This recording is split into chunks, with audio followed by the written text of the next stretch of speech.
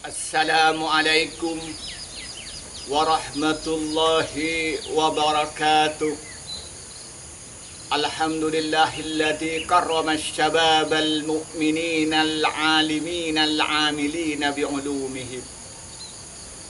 Wa sallallahu ala sayyidina Muhammadin wa ala alihi wa sahbihi amma ba'du. Hadirin hadirat yang saya hormati, pemirsa dimanapun Anda berada, agama Islam akan maju, agama Islam akan tegak, agama Islam akan terlaksana di bumi Nusantara dan di seluruh dunia ini adalah tergantung kepada pemuda. Apabila pemudanya beriman kepada Allah dan bertakwa kepada Allah dan mendalam ilmu pengetahuannya dan mengamalkan ilmunya dan memperjuangkan agama Islam, maka Islam ini akan maju dan akan tegak dan kebenaran akan bergema di mana-mana. Oleh karena itu Al-Quran menggambarkan tentang tipe pemuda yang ideal. Di Al-Quran digambarkan ada 4 tipe. Tipe yang pertama adalah tipenya Nabi Ibrahim. Yang kedua tipenya Ashabul Kahfi. Yang ketiga tipenya Nabi Yusuf. Dan yang keempat tipenya Siti Maryam. Tipenya Nabi Ibrahim adalah tipe pemuda yang cerdas, kritis, berani menegakkan kebenaran keadilan, dan dia berani menanggung risiko apa yang terjadi. Dalam kisahnya, Nabi Ibrahim sejak kecil dia berpikir siapa Tuhan itu. Lalu pertama mengira bahwa Tuhan ini adalah bintang-bintang. Lalu dia tidak percaya karena bintang tenggelam. Lalu dia itu mengira bahwa Tuhan itu adalah matahari karena sangat besar. Tapi akhirnya dia tidak percaya karena tenggelam. Pada akhirnya menemukan hasil penelitian ini adalah Tuhan adalah hanya Tuhan Allah yang abadi, yang maha kuasa. Dan timbullah dalam hatinya keyakinan yang mantap, Tuhan satu-satunya adalah hanya Allah yang berhak dan yang berhak disembah dan diagungkan dan untuk dicintai. Oleh karena itu hasil penelitian ini membuat dia mengingkari perilaku masyarakat, yang mana masyarakatnya itu menyembah berhala. Satu ketika dia bertanya kepada ayahnya, "Wahai ayah, masyarakat ini menyembah berhala yang ayah buat. Mengapa tidak menyembah yang membuat saja? Kan itu lebih berkuasa." Lalu ayahnya marah. Yang lebih berani lagi, Nabi Ibrahim itu memotong berhala-berhala yang disembah oleh Namrud kecuali berhala yang paling besar. Lalu dia itu kapak ini pakai motong dikalungkan kepada berhala yang paling besar. Lalu setelah Namrud tahu, marah bukan main. Lalu mencari siapa yang melakukannya, sampai pada akhirnya ada yang memberitahu yang melakukan adalah Nabi Ibrahim. Lalu Nabi Ibrahim dipanggil dan ditanyakan, "Hei Ibrahim, apakah engkau yang mengerjakan memotong kepala-kepala Tuhan ini?" Lalu apa jawab Nabi Ibrahim? "Coba tanya kepada yang besar ini." Lalu apa katanya? "Apa gak gila kamu ini? Saya suruh bertanya kepada batu yang tidak bisa bicara." Lalu Nabi Ibrahim bertanya balik, "Apa gak lebih gila lagi menyembah batu yang tidak bisa berbuat apa-apa?" Setelah Namrud itu kalah, dia mangkal. Lalu apa yang terjadi? Nabi Ibrahim itu ditangkap dan menyuruh kepada tentaranya untuk dibakar hidup-hidup.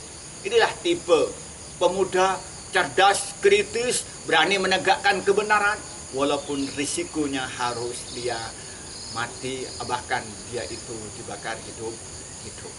Nah, kalau orang Islam ini, pemuda Islam itu bisa meniru Nabi Ibrahim, maka dia akan belajar ilmu-ilmu agama dengan mendalam, belajar ilmu-ilmu umum dengan mendalam, lalu dia menegakkan kebenaran, menegakkan keadilan, walaupun risikonya harus dipenjara, bahkan dihukum mati. Kemudian tipe yang kedua adalah tipenya adalah Ashabul Kahfi. Di mana Ashabul Kahfi itu kritis dengan kehidupan masyarakat. Dia tidak mengikuti dan kadensi yang terjadi di masyarakat. Dia tidak mengikuti perilaku yang menyimpang di kalangan pemuda, dan juga tidak mengikuti kezaliman-kezaliman yang dilakukan oleh masyarakat. Tapi sayangnya, dia tidak berani untuk menegakkan kebenaran.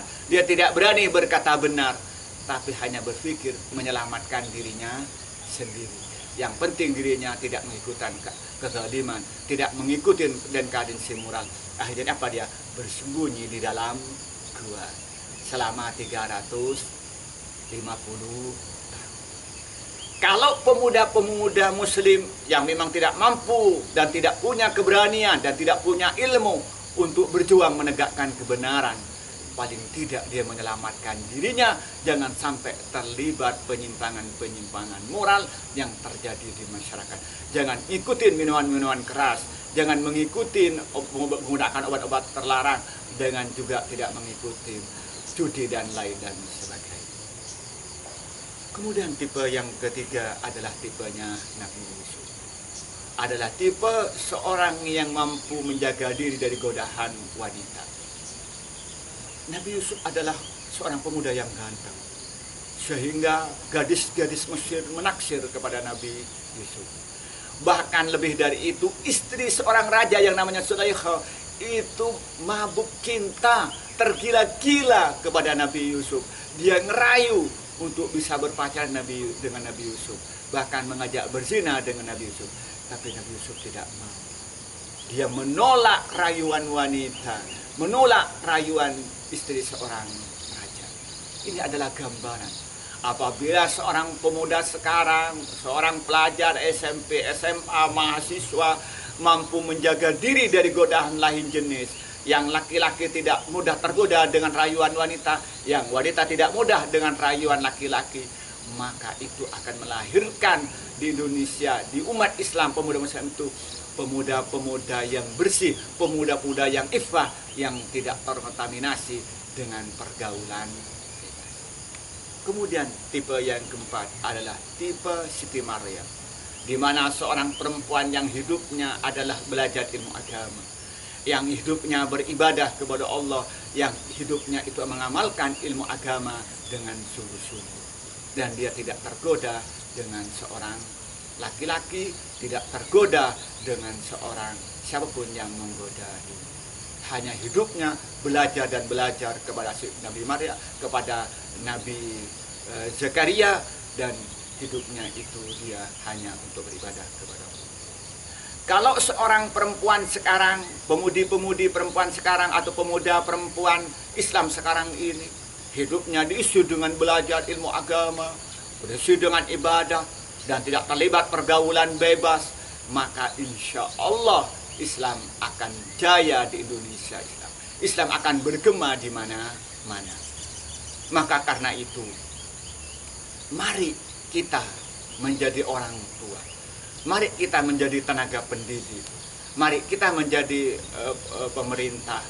Mendidik pemuda-pemuda kita ini adalah pemuda yang cerdas, kritis, dan pejuang seperti Nabi Ibrahim.